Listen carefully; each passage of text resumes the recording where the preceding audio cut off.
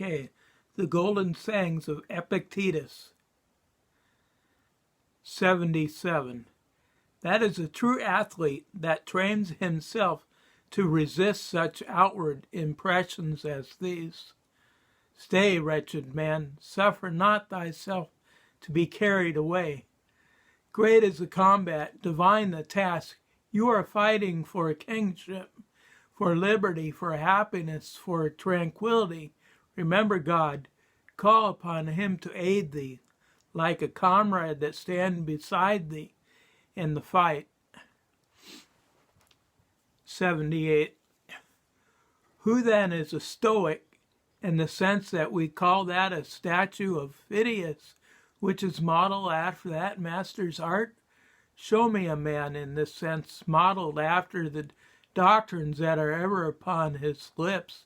Show me a man that is sick and happy, in danger and happy, on his deathbed and happy, an exile and happy, in evil report and happy. Show me him, I ask again. So help me heaven, I long to see one Stoic. Nay, if you cannot show me one fully modeled, let me at least see one in whom the process is at work, one whose bent is that in that direction. Do me that favor. Grudge it not to an old man to behold a sight that he has never yet beheld. Think you I wish to see the Zeus or Athena, Phidias, bedecked with gold and ivory? Nay, show me one of you, a human soul, desiring to be of one mind with God, no more to lay blame on God or man, to suffer nothing to disappoint, nothing to come to cross him, to yield neither to anger, envy, nor jealousy. In a word, why disguise the matter? One that from a man will fain become a god, one that, while still imprisoned in this dead body, makes fellowship with God his aim. Show me him. Ah, you cannot. Then why mock yourselves and delude others? Why stalk about tricked out in other men's attire, thieves and robbers that you are, of names and things to which you can show no title? 79. If you have assumed a character beyond your strength, you have both played a poor figure in that and neglected one that is within your powers. 80. Fellow, you have come to blows at home with the slave. You have turned the household upside down and thrown the neighborhood into confusion. And do you come to me then with airs of assumed modesty? Do you sit down like a sage and criticize my explanation of the readings, and whatever idle babble you say has come into my head? Have you come full of envy and dejected because nothing is sent you from home? And while the discussion is going on, do you sit brooding on nothing but how your father or your brother are disposed toward you? What are they saying about me there? At this moment they imagine I am making progress and saying, he will return perfectly omniscient. I wish I could become omniscient before I return, but that would be very troublesome. No one sends me anything. The baths at Nicopolis are dirty. Things are wretched at home and wretched here. And then they say, nobody is any the better for school. Who comes to the school with a sincere wish to learn to submit his principle to correction and himself to treatment? Who to gain a sense of his wants? Why then be surprised if if you carry home from the school exactly what you bring into it? 81. Epictetus, I have come desiring to hear you speak, and you have never given me any answer. Now, if possible, I entreat you, say something to me. Is there, do you think, replied Epictetus, an art of speaking as of other things? If it is to be done skillfully and with profit to the hearer, yes. And are all profited by what they hear? Only some among them, so that it seems there is an art of hearing as well as of speaking. To make a statue needs skill. To view a statue aright needs skill also. Admitted. And I think all will allow that one who proposes to hear philosophers speak needs a considerable training in hearing. Is that not so? Then tell me on what subject you are able to hear me. Why, on good and evil. The good and the evil of what? A horse, an ox? No, of a man. Do we know then what man is? What his nature is? What is the idea we have of him? And are our ears practiced in any degree on the subject?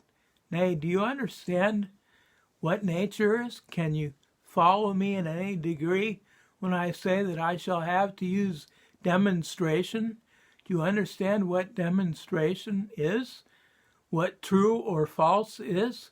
Must I drive you to philosophy? Show me what good I am to do by discoursing with you. Rouse my desire to do so.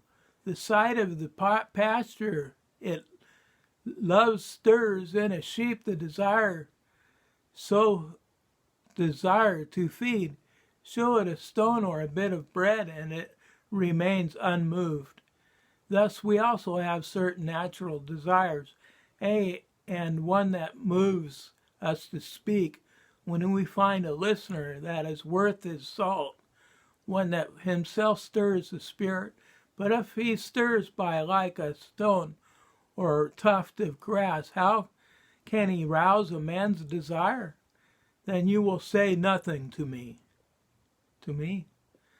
I can only tell you this, that one who knows not who he is, and to what end he was born, what kind of world this is, with whom he is associated therein, one who cannot distinguish good and evil, beauty and foulness, truth and falsehood, will never follow reason in shaping his desires and impulses and repulsions, nor in yet assent, denial, or suspension of judgment, but will, in one word, go about deaf and blind, thinking himself to be somewhat when he is in the truth of an account. Is there anything now in all this? Is not this ignorance the cause of all the mistakes and mischances of men since the human race began? This is all I have to say to you, and even this against the grain. Why? Because you have not stirred my spirit. For what can I see in you to stir me as a spirited horse will stir a judge of horses? Your body that you maltreat, your dress that is luxurious, your behavior, your look, nothing whatever. When you want to hear a philosopher, do not say, "You are nothing to me." Only show yourself worthy or fit to hear, and then you will see how you will move the speaker. 82. And now when you see brothers, apparently good friends, and living in accord, do not immediately pronounce anything upon their friendship, though they should affirm it with an oath, though they should declare, "For us to live apart is a thing impossible, for the heart of a bad man is faithless, unprincipled, inconsistent, now overpowered by one impression, now by another. Ask not the usual question, were they born of the same parents, reared together, and under the same tutor? But ask this only, and what they place their real interest, whether in outward things or in the will. If in the outward things, call them not friends any more than faithful, constant, brave, or free. Call them not even human beings, if you have any sense. But should you hear that these men hold the good to lie only in the will, only in rightly dealing with the things of sense, take no more trouble to inquire whether they are father and son, or brothers or comrades of long standing, but sure of this one thing, pronounce them as boldly that they are friends as that they are faithful and just. For where else can friendship be found than where modesty is, where there is an interchange of things fair and honest, and of such only? Okay, I will stop there. I'll start again on 82 next reading. Okay, thank you.